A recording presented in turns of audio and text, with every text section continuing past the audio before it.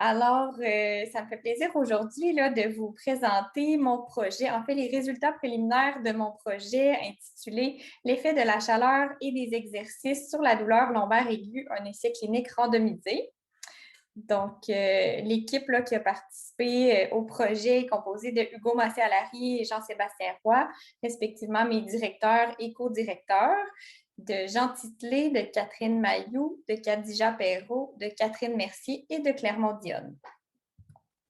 Donc, aujourd'hui, je vais vous présenter là, brièvement la littérature entourant la lombalgie en général. Je vais vous présenter aussi les interventions qui sont à privilégier en lombalgie aiguë. Je vais vous présenter les objectifs spécifiques au projet et les hypothèses, la méthodologie, les résultats préliminaires et une courte discussion.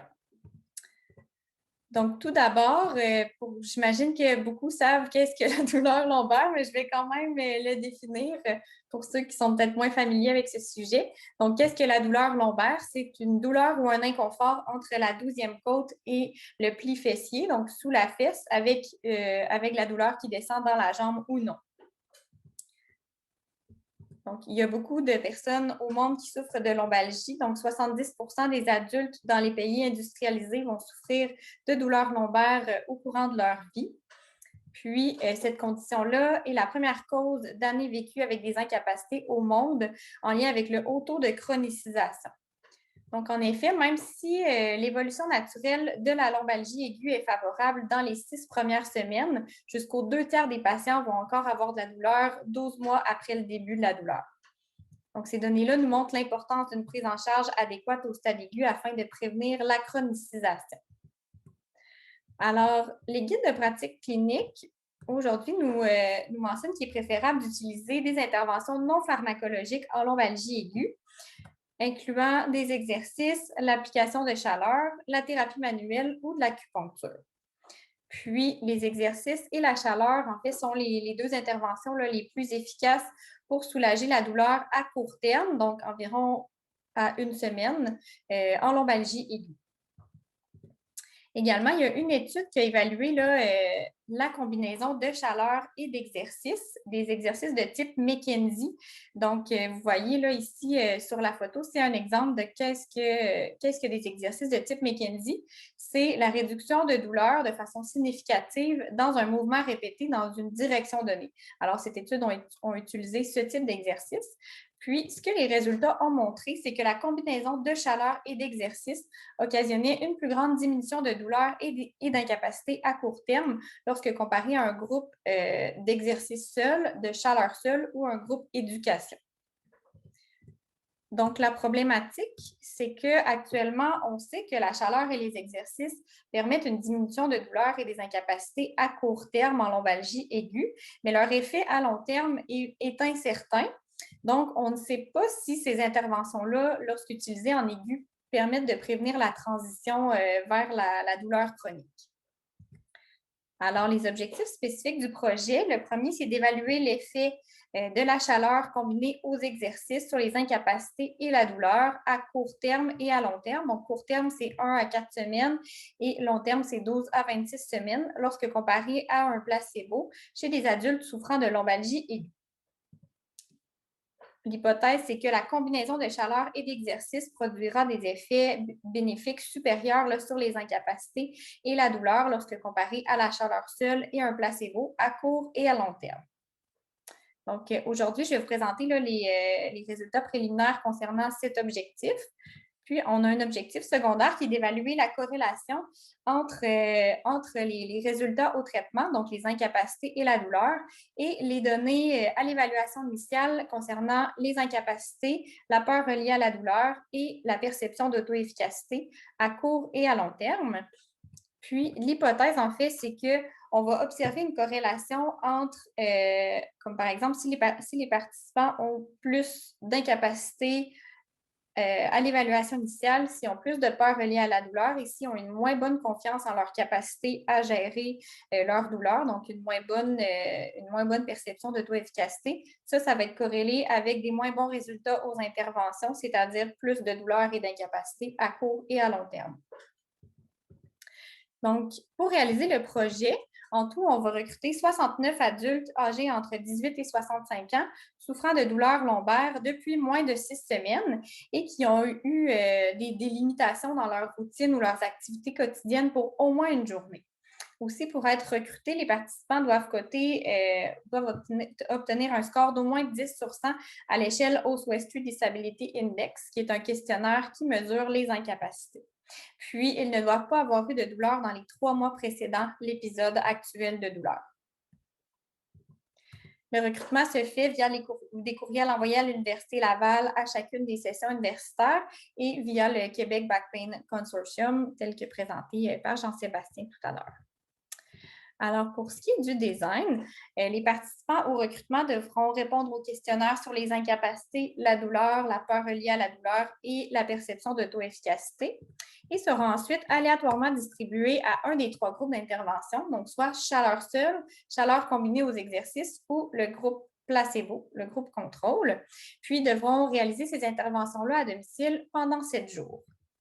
Ensuite, après 7 jours d'intervention, les participants vont répondre à nouveau au même questionnaire qu'à l'évaluation initiale et vont y répondre à nouveau à 4 semaines, 12 semaines et 26 semaines. Donc, pour ce qui est de nos variables, les incapacités sont les variables principales à l'étude, puis elles seront mesurées via l'échelle Oswestry Disability Index, telle que mentionnée plus tôt. Cette échelle présente un changement minimal cliniquement important. La valeur du changement minimal cliniquement important est de 9 points sur 100.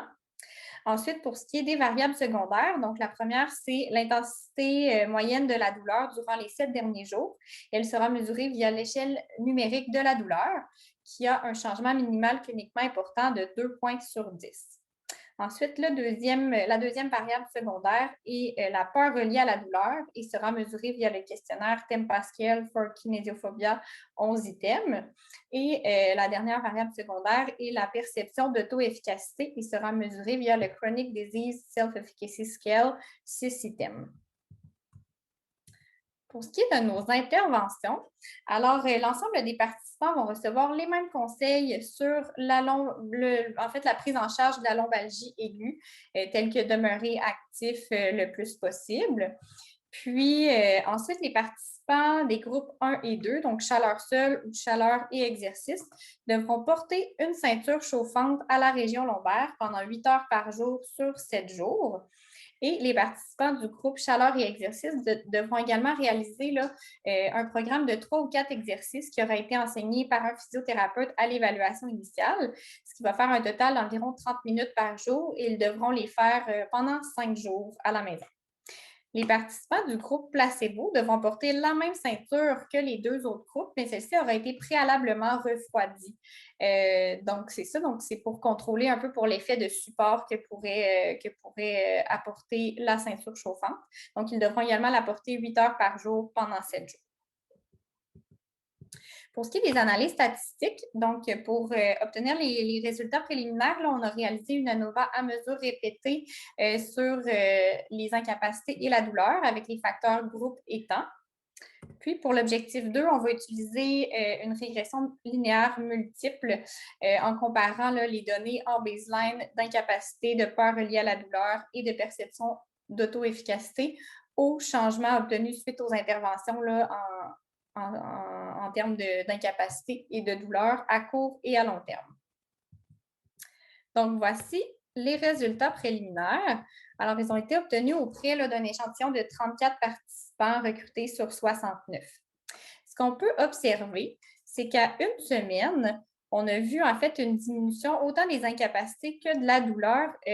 En fait, une diminution qui est statistiquement significative pour l'ensemble des groupes. Alors, on a eu une diminution moyenne là, au niveau des incapacités de 8 points sur 100 et une diminution moyenne de 1,96 sur 10 pour ce qui est de la douleur.